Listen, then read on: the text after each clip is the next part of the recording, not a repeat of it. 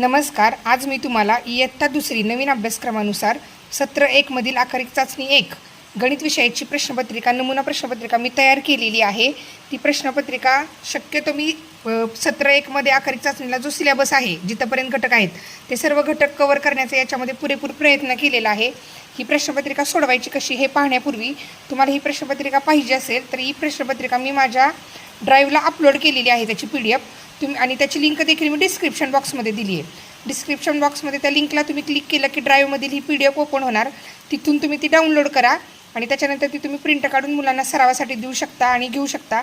आणि आपला जो राज्यस्तरीय व्हॉट्सअप ग्रुप आहे त्याच्यावरती तर ह्याची डायरेक्ट PDF मी देईल. जर त्या ग्रुपला आणखी कोणी जॉईन नसेल तर ह्या नंबरवरती मेसेज करून तुम्ही माझ्या त्या ग्रुपला जॉईन होऊ शकता. आता जास्ती वेळ न घालवता ही प्रश्नपत्रिका मुलांकडून सोडून घ्यायची कशी, किंवा मुलांना हा पेपर देण्यापूर्वी मुलांकडून कुठल्या प्रश्नांचा आणि कसा सराव करून घ्यायचा ते पाहूयात. इथं बघा, इयत्ता दुसरीची गणित विषयाची प्रश्नपत्रिका आहे. एकूण 20 गुणांचा पेपर तयार केलेला आहे. इथं विद्यार्थ्यांचं नाव, शाळेचं नाव, त्याचा हजेरी क्रमांक, तुकडी, ज्या दिवशी पेपर घेणार आहेत तो दिनांक, केंद्र जे काही असेल ते, तालुका आणि जिल्हा लिहायचा आहे. प्रश्न पहिला पाहूयात. खालील संख्यांची नामे लिही. नामे लिही म्हणजे ह्या दिलेल्या संख्या ज्या आहेत त्या मुलांनी अक्षरामध्ये लिहायच्या आहेत. ही संख्या काय आहे? 93. ती मुलांनी ओळखायची आणि 93 हे अक्षरात त्या संख्येचं नाव लिहायचं. ही आहे 69 अक्षरात लिहायचं आहे. 87 अक्षरी लिहायचं आहे आणि 38 अक्षरी लिहायचं आहे. इथं मी संख्या 4 दिल्या आहेत पण गुण 3 दिले आहेत.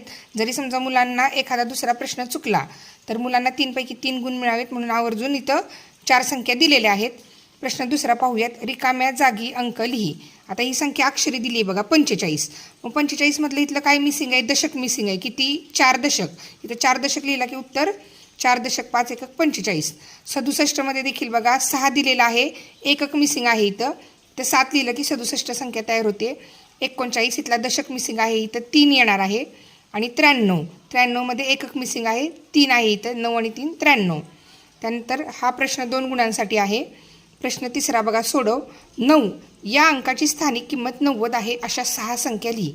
आता 9 अंकाची स्थानिक किंमत 90 असणाऱ्या किती संख्या आहेत बघा? 91, 92, 93, 94, 95, 96, 97, 98, 99 आणि 90. एकूण 10 संख्या आहेत पण कोणत्याही 6 संख्या इथे लिहायच्या आहेत. प्रश्न चौथा पाहूयात. चौकटीत योग्य संख्या लिही. 2 गुण. 53 या संख्येत दशक स्थानी कोणता अंक आहे? 53 संख्याचं मुलांना जर दशक एकक रूपात व्यवस्थित वस्तूंच्या सहाय्यानं रूपांतर करता येत असेल तर मुलं आरामात लिहिणार आहेत. किंवा आणखी एक सोपा पर्याय सांगते. 3 ही संख्या एकक आहे, 5 ही दशक आहे. मुलांना इथं डोक्यावर एकक आणि दशक लिहायला शिकवायचं. मुलं बरोबर दशक स्थानी कोणता अंक आहेत मुलं इथं लिहिणार आहेत. याच्या सर्वांचे मी डिटेल व्हिडिओ टाकलेले आहेत यूट्यूबला. दर्शनी आणि स्थानिक किंमत तर समजून सांगण्याचा खूप सोपा व्हिडिओ सांगितला आहे, तो पाहिल्यानंतर तुमच्या लक्षात येईलच. आणि याचं देखील ह्या तर ज्या म्हणजे माझे विद्यार्थी कुठलीही संख्या असू दे ती संख्या वस्तूच्या साह्याने मांडतात, त्यामुळे त्यांची दशक एकक ह्या संकल्पना अगदी क्लिअर आहेत. तुम्ही देखील सराव घेतल्यानंतर हा पेपर द्या मुलांना. 89 या संख्येत एकक स्थानी कोणता अंक आहे? इथं एकक आणि दशक डोक्यावर लिहिलं की मुलांना समजणार आहे. 9 हा एकक स्थानी अंक आहे. हा प्रश्न देखील 2 गुणांसाठी आहे. पुढचा बघा, हा थोडा क्रिएटिव्ह प्रश्न तयार केलेला आहे. माझ्या राज्यस्तरीय व्हॉट्सअप ग्रुपला जेवढे पण लोक जॉईन आहेत, विद्यार्थी जॉईन आहेत, त्यांना हा प्रश्न कसा सोडवायचा आहे माहिती आहे. तरीसुद्धा मी एकदा दाखवते बघा.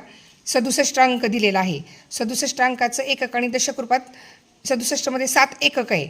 तर 7 चित्र म्हणजे 7 गोल काढायचे आहे तिथं मुलांनी. म्हणजे इथं काय लिहिलेलं आहे की इथं अंकांचं चित्र काढायचं आहे. 67 अंकाचं चित्र दशक एकक रूपात काढायचं. त्यानंतर तो अंक दशक किती आले, एकक किती आले ते इथं लिहायचे. त्याची दर्शनी किंमत 6 अंकाची दर्शनी किंमत, 7ची दर्शनी किंमत, 6 अंकाची स्थानिक किंमत, 7ची स्थानिक किंमत आणि विस्तारित रूप 67चं विस्तारित रूप काय येईल. आता हे सोडवायचं कसं इथं आहे बघा, माझ्या विद्यार्थ्यांनी सोडवलेलं दाखवते. 48 संख्या आहे. इथं अंकाचं चित्र मुलांनी कसं काढले बघा. 4 दशक असल्यामुळं दशकाच्या 4 बांगड्या किंवा दशक माळा काढलेल्या आहेत. एकक आहेत 8, सुट्टे 8 मणी काढलेले आहेत. दशक किती झाले? 4 ते इथं लिहिले. एकक किती झाले? 8 ते इथं लिहिलेले आहेत. दर्शनी किंमत 4ची 4च, 8ची 8. स्थानिक किंमत 4ची 4 दशक आहे ना, त्यामुळे स्थानिक किंमत आली 40 आणि 8ची 8 एकक स्थानी असल्यामुळे ह्याची स्थानिक किंमत 8च राहिली. याचं विस्तारित रूप काय आलं? 40 अधिक 8 बरोबर 48. हे बघा 29चं पण लिहिलेलं आहे. याच पद्धतीनं 67, 54 आणि 33 ह्या सर्व अंकांचं अगोदर चित्र काढायचं. त्याचं उत्तर इथं लिहायचं. सर्व अंकांची दर्शनी किंमत लिहायची, स्थानिक किंमत लिहायची आणि त्याचं विस्तारित रूप लिहायचं. जर मुलांना हा पेपर देणार असाल तर अगोदर ह्याचे 2-3 वेळा सराव घ्या आणि त्याच्यानंतरच हा पेपर सोडवायला द्या. मुलांना सोपं जाईल. हा प्रश्न आहे एकूण 3 गुणांसाठी दिलेला आहे. प्रत्येक जर गोष्ट मुलांनी व्यवस्थित सोडवली तर मुलांना 3 पैकी 3 गुण द्यायचे आहेत. प्रश्न 6वा पाहूयात. संख्यापट्टीच्या आधारे टप्पा ओळख पुढील संख्या लिही. आता मी मगाशी देखील सांगितलं मराठीच्या प्रश्नपत्रिकेमध्ये बघा की आकारिक चाचणी ही ओपन बुक टेस्ट असते. मग मुलांना इथे संख्यापट्टी आपला जो दुसरीचं पुस्तक आहे त्याच्यामध्ये पुस्तकात संख्यापट्टी इथे दिलेली आहे. ही संख्यापट्टी मुलांना पाहायला लावायची आणि ह्या संख्यापट्टीवरून मुलांनी टप्पा ओळखायचा आहे. पहिला अंक कुठं आहे बघा 2 आहे. हे बघा इथं आहे 2. त्याच्यानंतर डायरेक्ट कुठला आहे 7. मग टप्पा किती गेला पुढं 1 2 3 4 5. 5चा टप्पा आहे. मग 7च्या पुढं देखील किती घरं गेली पाहिजेत 5. 1 2 3 4 5 असा टप्पा ओळखून ह्या संख्यापट्टीच्या आधारे मुलांनी याची उत्तरं सोडवायची आहेत. याचा टप्पा देखील त्याच पद्धतीने ओळखायचा आहे. या प्रश्नाला 2 गुण दिलेले आहेत. प्रश्न 7वा. संख्यांचा चढता व उतरता क्रम लिही. हा कसा घ्यायचा ह्याचा देखील व्हिडिओ मी टाकलेला आहे. इथं संख्या दिलेल्या आहेत बघा 67 89 42. चढत्या क्रमामध्ये सर्वात आधी लहान संख्या येते कोणती आहे 42. त्याच्यानंतर थोडी मोठी 37 आणि त्याच्यानंतर 67 आणि त्याच्यानंतर सर्वात मोठी संख्या आहे 87. हा झाला चढता क्रम. आणि उतरता क्रम जो चढता क्रम आहे त्याचा बरोबर विरुद्ध किंवा मोठ्याकडून लहानाकडे उतरता क्रम असतो. तो कसा येणार 89 67 आणि 42. त्यानंतर ह्या 3 संख्यांचा चढता क्रम 7 27 47. उतरता क्रम 47 27 7. मुलांना याचा सराव द्या. डायरेक्ट उत्तरं सांगू नका. याला देखील 2 गुण आहेत. प्रश्न 8वा पाहूयात. दिलेल्या अंकांवरून 2 अंकी संख्या तयार कर. त्यापैकी सर्वात मोठी व सर्वात लहान संख्या लिही. हा प्रश्न देखील आपल्याला धड्यांमध्ये इथं झालेला आहे बघा. मी पुस्तकातलाच घेतलेला आहे. फक्त अंक वेगळे टाकलेले आहेत. मुलांनी 2 अंक घ्यायचे. त्याच्यावरून अशा 4 संख्या तयार करायच्यात. त्यातली सर्वात मोठी सर्वात लहान संख्या लिहायची. घरच्या अभ्यासाला देखील आपल्या राज्यस्तरीय ग्रुपवर मी देत होते. आमच्या मुलांनी केलेले आहेत बघा. काही इथं अंक दिलेत. त्यांनी संख्या तयार केलेत. सर्वात मोठी सर्वात लहान संख्या तयार केलेल्या आहेत. असा सराव अगोदर द्या आणि त्याच्यानंतरच मुलांना पेपर सोडवायला द्या.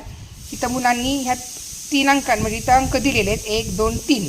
इथं मुलांनी 4 संख्या तयार केल्या. सर्वात मोठी सर्वात लहान संख्या दिली 1 गुण. असे 3 प्रश्न दिलेले आहेत. 3 गुणांसाठी आहे. अशा प्रकारे हा संपूर्ण पेपर आहे गणित विषयाचा. अशा प्रकारे संपूर्ण सिलेबस कव्हर करून मी व्यवस्थित पेपर काढण्याचा पुरेपूर प्रयत्न केलेला आहे. पेपर कसा वाटला मला नक्की कळवा. इंग्रजी विषयाचा पेपर आणखी काढला नाही.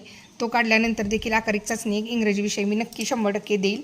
तोपर्यंत ह्या पेपरचा सराव करा. अशा प्रकारचे प्रश्न बघा. पुन्हा एकदा सांगते गणितचा पेपर देण्याआधी मुलांकडून सराव करून घ्या प्रत्येक प्रश्न प्रकाराचा. असं होऊ नये की पेपर त्यांच्या हातात पडला आहे आणि त्यांना माहीतच नाही इथं काय करायचं आहे. मग मुलांना जर तुम्ही सराव दिला तर मुलं छान पेपर लिहितात.